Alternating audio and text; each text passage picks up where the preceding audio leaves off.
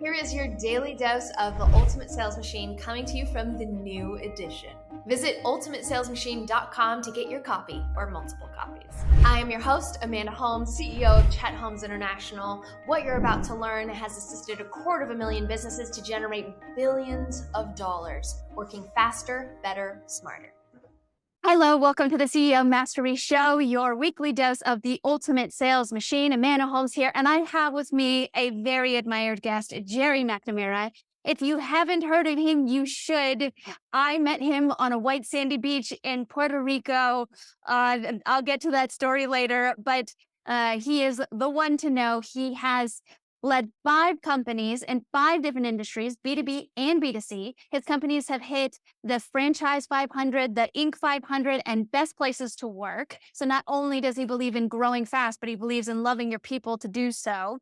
He's sold companies. He is recognized as the ultimate CEO. And I just think the world of him because he has assisted us in our growth over this last year to grow over doubling our sales. So Jerry Macnamara, thank you for coming to the Ultimate Sales Machine community to assist us because we're kind of in trepidatious times here. Sure is. Amanda, thank you so much for having me. And yes, fortuitous times that we would meet on a white sandy beach in Puerto Rico. But it's been great working together. And I'll tell you, I'm really excited. Let's talk about this because I think the economy that we're in, it's a little uncertain. And I'm sure people are starting to scratch their heads. We every day you open the newspaper or you read LinkedIn and there's more and more companies that are having layoffs and not just small little layoffs, 18,000, 12,000, 8,000. And so let's talk about what it might mean as being at the top of the organization and decisions that you should make. Absolutely. Especially, so I'll give you some data on that. 69% of Americans feel that we're about to hit a recession, at least by the end of the year. And if not a global recession, because the GDP has lowered in both Europe, China, and America. So if all three of those actually go through a recession, I mean, that's half the GDP of the world, right? World. So it's not just America that's going into recession. And then can't even imagine what the countries that follow these massive countries would do. So yes, what is it looking like for you? Because I know you talk to a ton of CEOs. What are Yeah. you saying? Well, and I think there's two pieces to this, right? So recession is actually a gauge of the economy, right? And are there mechanics that you're looking at and statistics that you're looking at. The second piece that I think is maybe just as important, maybe if not more important, because it creates that negative swirl, is people's mindset. And so we've entered into a place of fear. And the last time I went through a recession, 2008, 9, 10. I recognize this even in my own work. I mean, I love to read the newspaper and I mean, I remember this. I remember one day I walked in, I put the Wall Street Journal down on my desk and I think it was Bear Stearns that had collapsed and it was creating fear for me. Now I'm not connected to Bear Stearns and there was nothing that was going to happen to me yet. It was keeping me from doing the daily work that I needed to do to make my company successful. And Yeah. so I recognized that my thoughts, my feelings, and my actions weren't serving me. I folded up that newspaper. I canceled all 3 subscriptions on the spot, and I've never looked back. And so, in this environment, I think we have to be super mindful about our own mindsets. We've navigated our way through COVID, even though COVID's still happening. Mm. Um, and now we have this economic turbulence. Let's just call it turbulence, which Yeah. creates that uncertainty and that fear, and so we have to double down on our mindsets as leaders because people are looking at us to create that certainty for them of what's next. And do we have confidence in where we're going as a company? You were the one that me and my data. I just love data. I can't help myself. You were the one that showed me that graph about how mental wellness was the number one thing that people wanted to Yep. spend money on just last year, not even thinking of this year. And that was over, health insurance and financial security, which after COVID, you would have thought that those would have been higher. And I'm seeing it in my keynotes, even at HubSpot, they asked me to do a meditative practice Mhm. stage because people just need it right now. They really do. Yeah, I think we've been operating at this like energy level that's been so high and we vibrating so high that if you are not doing the daily work, reading, writing, thinking, um, meditating or prayer, then you are behind the game, right? And exercise is another key component of that. I mean, the science all points us in the right direction. Our lack of discipline leads to pain down the road where we burn ourselves out. And, the story of when I was 26, running a high growth company, raising venture capital, started working 100-hour weeks, started sleeping on the couch outside of my office. And on Valentine's Day, um, I thought I was having a heart attack, not because I didn't have a date, but I didn't have a date because I was working so hard. It's not possible to have relationships, but I didn't take care of myself. And when you get on a plane, they tell you all the time, if the oxygen masks drop, put it on yourself first, and then help those around you. And as senior leaders, we're in such serving mentalities that sometimes we have to stop, put the oxygen mask on ourselves, and then help the people around us. I love that. And so my team, we've been trying to collect, I've been sharing these bits and pieces with Mhm. you. We've looked at 280 different sources of what are the trends that we need to look for in the next 12 to 24 months. What do we need to look out for? And we found this one study that I thought was critical. Can I bring this up now? Is that okay? Yeah. Yeah, of course. Let's do it. So what I loved about it is they collected data from 3 different recessions. They collected 4,700 businesses and they analyzed the 4,700. Now, 91% of those 4,700 either went bankrupt, were stagnant in revenue, or lost revenue.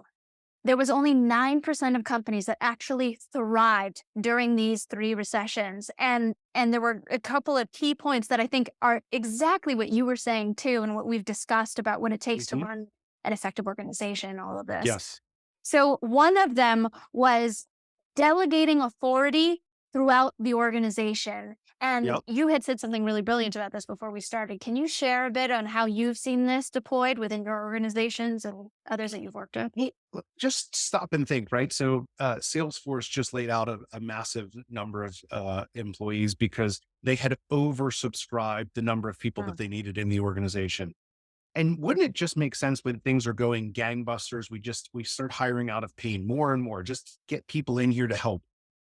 But the reality of good leadership, what really good leadership looks like is we create a predictable environment for people to make engaged, autonomous, and agile decisions in pursuit of the company's objectives. Now, the trick is a lot of times we do a crappy job of letting people know exactly what the objectives are throughout the organization so that we can make good, fast decisions. Mm. And so what it forces companies to do is to think about what are we trying to achieve? And in this environment, we should be making bigger bets on fewer things. This is not a time to sprinkle the infield. You have to be 100% clear on the painful, important problem that you solve for your clients or for your customers and double down on those. So the window is still open for success. It's just a little bit more narrow. And so, um, as the senior leaders, we need to make sure that people are clear on the North Star, right? So, where we're going, the impact that we're trying to go make on the values of the company. Let's make sure that we act in accordance of the values. That's really the operating system and the agreements, how we're going to treat each other. Sometimes in this space, guess what we do? We start cutting corners and companies become soulless and they lose some of their best people. And then the last piece of that is, again, making sure that everyone is clear on the objectives that we need to achieve so that they can make decisions to put the right resources on the right opportunities to Mm. create success for people. There's this great Winston Churchill quote, never let a good crisis go to waste. And right, just like what's it? Necessity breeds innovation. So, Yes. what you're saying, and what I also saw from the study as well, is this concept of you will have to be agile to make changes when market is changing. Right, when people aren't spending as much, you have to be even more clear on what you're doing to make sure that you are in alignment with what your prospects need or what your clients are asking A- you for. Absolutely. And the other piece of this is, you know, when things are going really well, when the economy is just rolling, it's like a sports team. When winning is happening, it covers up lots of like internal locker room issues. Same thing inside of a business. And so one of the other things that we should be getting back to the basics on is we need to make sure that we are hyper vigilant on our metrics of our business. right? Because the window, again, the window of opportunity is still there, but it's more Yeah. narrow. So your opportunities to make mistakes and still survive, we got to be really focused in. If something is not working, we got to reel it back in, or we need to rethink about it. We can't just let that program continue to run out and then suddenly go like, oh man, we lost $1 million on that program. It just, you can't do that in this environment. When you say this, it also resonates with me on this whole concept of workshopping that my father Yeah. used to do. So, like when companies were under complete duress, the first thing that he would do, and he would do with all clients, but the first thing he would do is just get them into a rhythm that every week, once a week, we were working on the business to make sure we're making some kind of improvement, whether it be with marketing, sales, operations, just to make a micro change. So there is a plan. We're going to improve this particular process, and from this week to next week, let's check to make sure we've done it. And when we've done it, we celebrate that win. And it's a Yes. small win. And those wins just every week, if you're consistent about it, gets a snowball effect. So then you're focused more on solutions rather than the pains and the problems of what's going on outside. Yeah, absolutely. Because we have to celebrate not only our business, but our people. When we have those little milestones along the way, it's critical. And one of the things that I have seen as things get hard inside of a business is people, because we do more with less, air quotes, more with less, the leaders start working inside the business and they forget to Mm. start working on the business or continuing to work on the business. And then suddenly they look up and we have lost our North Star and we're 180 degrees out of whack.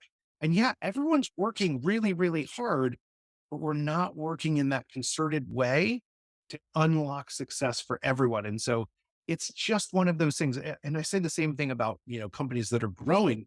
You can't outwork scale, right? So people will start working 40 hours, then they'll say, oh, sweetheart, I'll be home. It's going to be a long week, 10 hours. I just need to do this for a couple of weeks.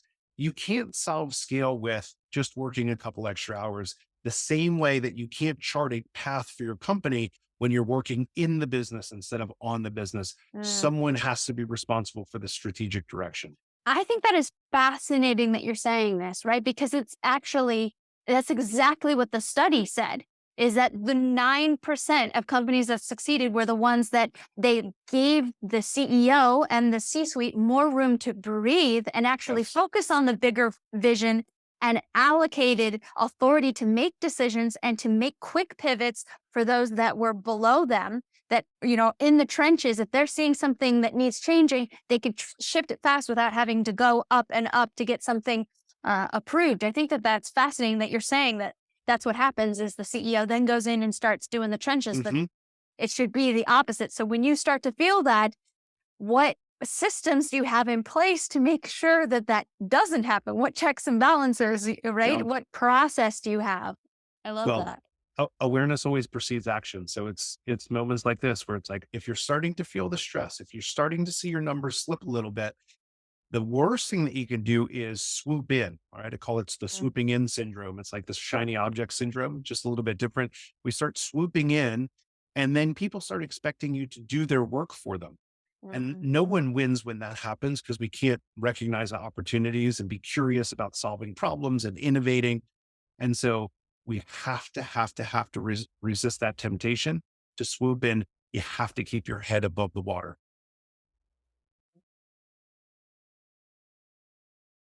I love that. I but just let that sink in for a moment. I really felt. Um, I mean, my father also taught the concept of workshopping, right? Mhm. So come up with what is the point, what is the problem that's at hand. Okay, everybody take just 2 minutes or 1 minute, depending on the problem, to write down all the different solutions you think that the problem should have. Don't voice them out because it could be a 45 to 2 hour conversation if it's like that. Instead, take the moment of silence to write down all the possibilities. Then Mhm. moderator rate comes up. Okay, what are all the different solutions you think? Write them in a place where everybody can see them. Then, as a collective, everybody's involved in what the solution could be. So then they're invested. Then everyone votes on what they think should be the best option. And then there's an action plan that's created out of that so that from start to finish, you can solve problems that have faced companies for decades in under an hour because there's a system of how to handle working on the business. Absolutely. And I look at that. There's two types of planning that you can do. One is future-based planning, and it's we want this amount of sales, we want to put this many widgets through the system. You can also do issues-based planning, which is Yeah. exactly what workshopping is. Hey, we have this problem. Our Mhm. system is not efficient. How do we solve it? And then you just solve one problem after another, and you get to a place of operational excellence where we don't leave to chance our customers saying, oh my gosh, Amanda, the ultimate sales machine, Chet Holmes International. It's the greatest company ever to work with because the process is so smooth. Mm. The outcomes are amazing. And you just change that dynamic of taking one thing on at a time. Again, it's fewer issues, bigger bets. And I think one of the things that I have seen is people try and solve everything at once. If you want a recipe for disaster and headaches and stress and confusion, try and do it all at once. I promise you that is your outcome. And so I'd rather see you pick whatever, one issue a week, one issue a month, and actually get the throughput on it so that you solve it and everyone's aligned on it. And that to me is a much better solution for the environment that we're in. I love that. Well, for everybody listening, Jerry Macnamara, he's absolutely brilliant and wouldn't say it himself, so I have to shout it from the rooftops. And I have asked him to come in and be a part of something which I can't tell you about just now, but it is coming. So keep your eyes and ears peeled because there'll only be a very select few slots for this very special opportunity. Do you want to say anything about the very special opportunity? Other than I'm super pumped and humbled, I mean, to be invited inside your organization to collaborate and to partner on something is super fun, right? I think again, it's we're always better together, and I think sometimes our egos get in the way. It's everything that you wrote in chapter 13 of the new release. How to live a rich and full life, and I think as we've talked about, if we become um, financially enriched and emotionally bankrupt, then we've done life and business wrong. And so to be part of what it is that you're doing, we're building, I'm just super excited and super humbled. Yeah. See, don't you just love him? I love him. Well, thank you so much, Jerry. Any final thoughts for anybody listening to this? Yeah, I'm gonna keep on coming back down to double down on your mindset. Make sure that you have a really good morning routine. Make sure that you have some accountability partners, whether that's a spouse or someone inside the business, because it's easy when we're under stress to let these things, these great habits that we've developed over time, to let them go. And if you don't have them, then I promise you doubling down on getting a good morning routine so that you can prime the pump for performance. That's going to be the greatest weapon that you have in conquering 2023. Mm. Amen. Thanks. Amen. Thank you, Jerry. And for all of you listening, this is another episode of the CEO Master Race Show brought to you by the Ultimate Sales Machine. Thanks for having me, Amanda. Make sure to get your copy or copies at theultimatesalesmachine.com. There's a lot of special bonuses that you can't get going to Amazon, so make sure you check it out at ultimatesalesmachine.com.